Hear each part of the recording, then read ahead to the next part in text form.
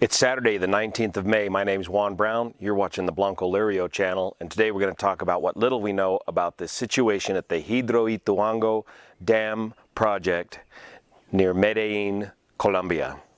I've been covering the Oroville spillway rebuild situation since the spillway broke over a year ago, and there's a lot of lessons learned there that apply to the Colombia situation.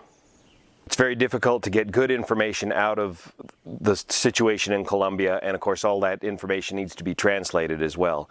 The Hidroituango Dam is located on the river Cauca, which flows north, just north of Medellin, into the Magdalena River, which heads eventually into the town of Barranquilla on the northern coast of Colombia. Over 9,000 people have already been evacuated, but this project has the ability to impact over 100,000 people. And initial reports indicate to me that this may be the single biggest failed public works project in recent history.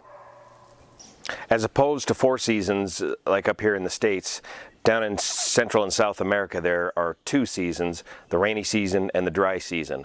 Right now, Colombia is in the beginning of the rainy season.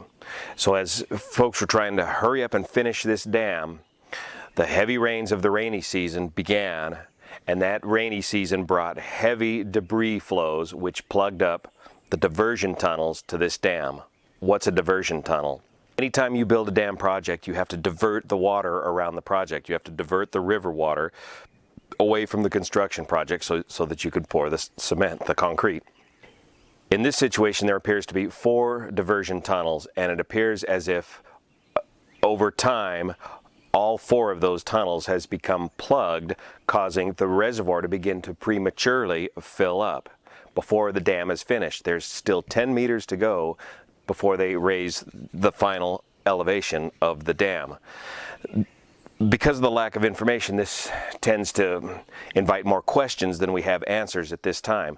But it appears that the basic dam is an earth-filled dam. One thing we learned at Oroville is if you allow water to pour over the top of an earth-filled dam, it will fail. So far, that has not happened in Colombia. So let me stumble through some animated graphics provided by El Tiempo and try to explain the situation.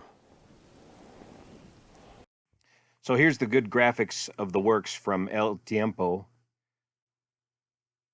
The biggest hydroelectric construction project in the country, designed and built by EPM.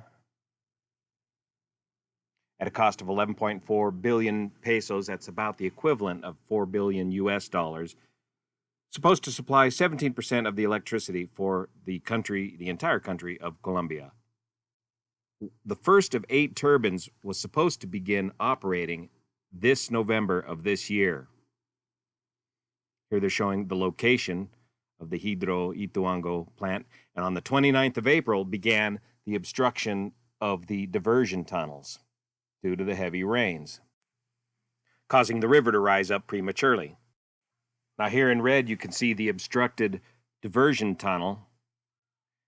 And as the water continued to rise, the hillsides began to destabilize, causing landslides and more plugging of the diversion tunnels.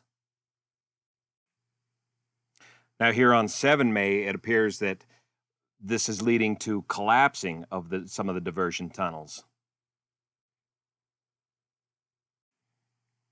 Folks in the area began to get alarmed when the water rose rapidly behind the dam project, causing massive flooding, and the water was cut off, and very low flows were experienced downstream. So far, 9,000 folks have been evacuated.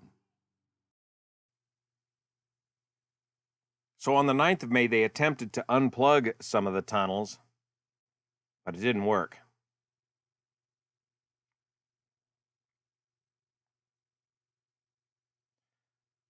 They were able to get some of the obstructions removed from one of the tunnels. So they made the fateful decision to go ahead and run the water through the unfinished turbine housing room, through the turbines. Now, if there's one thing we learned from Oroville, you cannot run water through a turbine unless it is connected to the grid. Now, we don't know if the turbines are even in place yet, but in order to relieve the back pressure and get the water out of there, they had to go ahead and prematurely run the water through the turbine section. In the process, 4 folks were injured. Finally, on the 15th of May, an emergency declaration was declared. Here's a graphic showing a profile view of the dam construction. And here's a general overview of the entire project. So a lot of the questions we have is, what's the elevation of the spillway? What's the elevation of the dam at this present time? Is the spillway gates below the current level of the dam? If the water starts pouring over the spillway, will it pour through the spillway or will it pour over the earth-filled dam? Is the spillway completed enough to handle any flow at all?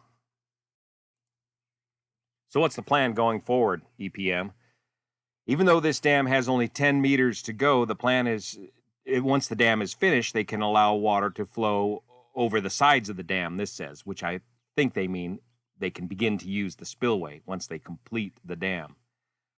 Now, paraphrasing the second paragraph, they're basically saying there's been no unusual movement of the dam at this time. However, in a location called Galleria 284 is significant erosion that could cause immense damage.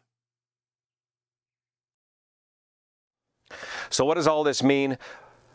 Well, once again, we've got a failure of the appurtenant structures designed to protect the dam that are putting the entire dam, in this case project, in jeopardy.